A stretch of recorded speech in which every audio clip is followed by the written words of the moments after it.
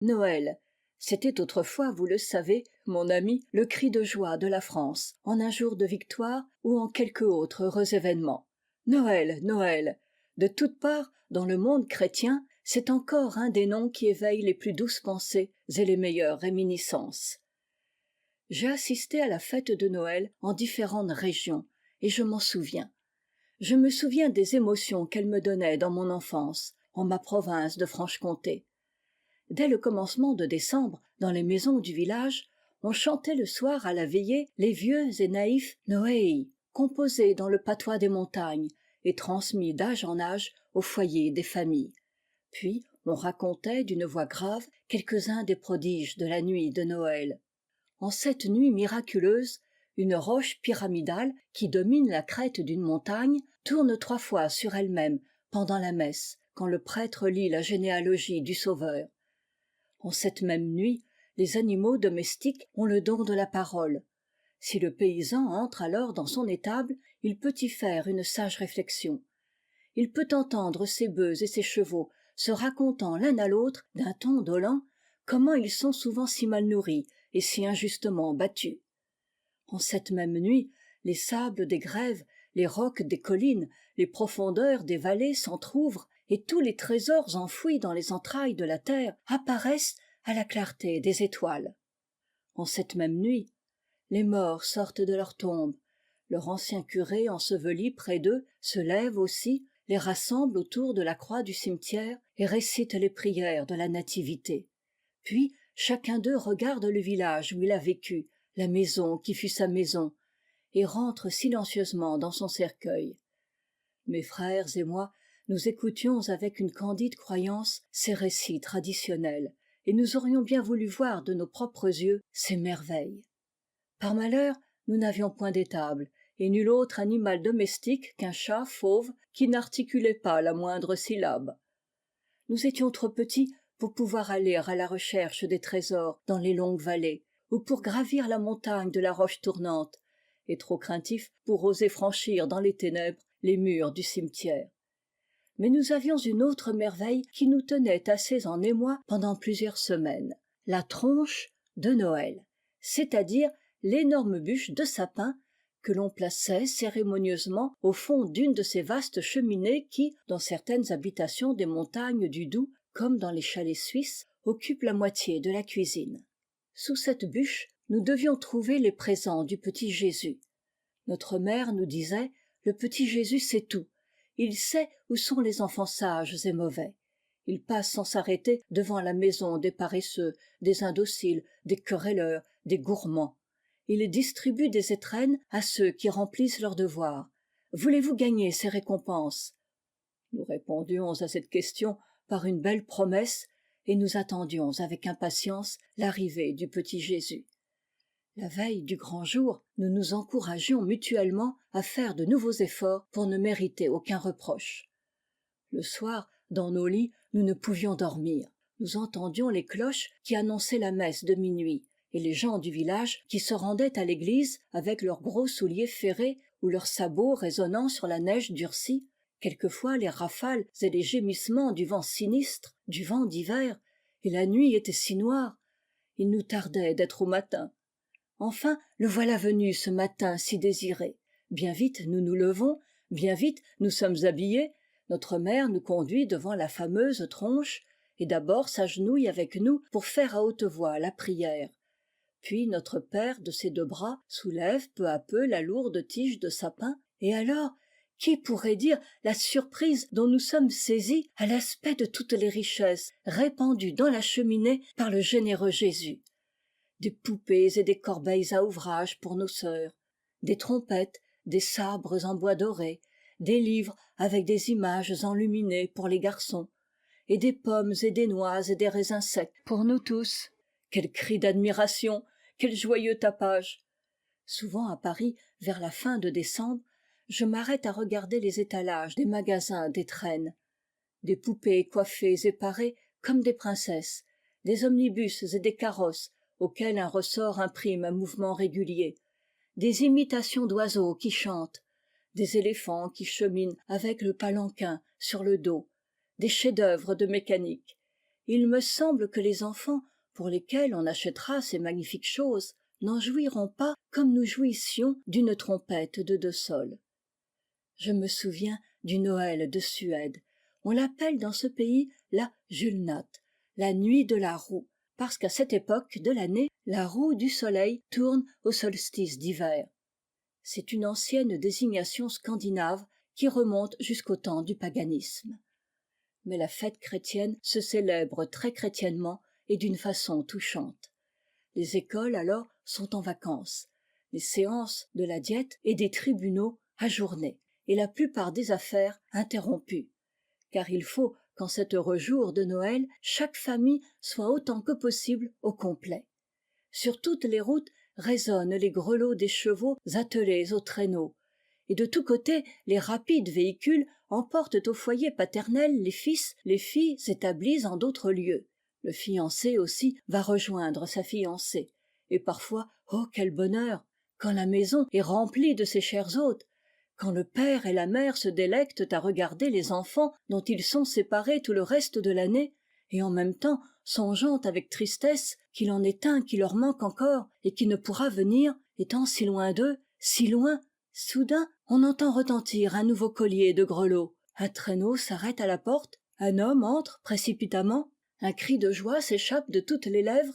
C'est lui, c'est le voyageur qu'on n'espérait pas voir et qui a bravé les rigueurs de l'hiver, les difficultés et les périls d'un long chemin pour embrasser ceux qu'il aime à la Julnatt. Tous les cœurs sont pleinement épanouis, et à tous les regards, l'arbre de Noël apparaît plus splendide. L'arbre de Noël, c'est le vert sapin, placé solennellement sur une grande table et entouré de lumière, en mémoire sans doute de la lumière céleste qui, de la crèche de Bethléem, s'est répandue dans le monde entier. À ces rameaux, la mère de famille attache les présents qu'elle a ingénieusement choisis pour chacun de ses invités. La veille de la Julnatt, dans les villes et les villages, toutes les maisons le soir sont illuminées par les bougies qui décorent l'arbre de Noël. Il n'est si pauvre Suédois qui ne veuille avoir le sien, n'eût-il qu'une pâle chandelle pour l'éclairer. Et cette fête religieuse, cette fête de famille, se prolonge pendant plusieurs jours. Il faut que non seulement les hommes s'en réjouissent, mais aussi les animaux. Dans les campagnes à la Julnatt, le paysan donne à ses bestiaux une ample ration de son meilleur foin, et l'on pose sur le toit de la ferme une gerbe de blé pour les petits oiseaux qui, en cette cruelle saison d'hiver, ne trouvent plus de grains dans les champs. Je me souviens du Noël de Beyrouth, du couvent des Capucins, de la petite chapelle où nous allâmes entendre la messe. Beyrouth, l'ancienne cité syrienne, puis la fortunée colonie romaine, embellie par 2 empereurs, Beyrouth, qui fut pendant un siècle et demi une des principales forteresses des Francs, au temps des croisades, et soumise à présent, comme chacun sait, à la domination des Turcs. Pendant que nous nous dirigions en silence vers la chapelle du cloître, le muezzin turc annonçait à haute voix, du sommet du minaret, l'heure de la prière aux fidèles musulmans. Des officiers d'une frégate turque ancrée dans la rade se promenaient fièrement à travers la ville, regardant avec un suprême dédain les chiens de chrétiens, et nous n'arrivions à notre chapelle que par des passages étroits et une porte plus étroite encore. On eût dit une de ces retraites mystérieuses où les chrétiens des anciens temps s'enfermaient pour dérober les pratiques de leur religion aux poursuites du paganisme. Mais là se réunissait pour la fête de Noël toute la colonie de marchands et d'ouvriers français établis à Beyrouth, et des maronites catholiques, et des touristes et des pèlerins. À la tête de cette religieuse assemblée, dans cette humble église, au sein de la ville musulmane, au pied des montagnes du Liban, siégeait le consul de notre nation, représentant le souverain de la France qui, en vertu des anciens traités conclus avec les sultans, porte le titre de protecteur unique des chrétiens du Liban. Le soir, du haut de la terrasse du consulat, par un ciel pur et étoilé, comme le ciel de notre pays en un calme printemps, nous contemplions le vaste panorama qui se déroule autour des murs de Beyrouth. D'un côté la mer, de l'autre le Liban, la mer phosphorescente, les pentes escarpées, les cimes majestueuses du Liban, empourprées et dorées par les rayons du soleil couchant. C'était un attrayant et imposant spectacle. C'était un beau Noël. Je me souviens encore d'un Noël acclamé en pleine mer, sur un bateau à vapeur, qui faisait la traversée de la Nouvelle-Orléans à la Havane.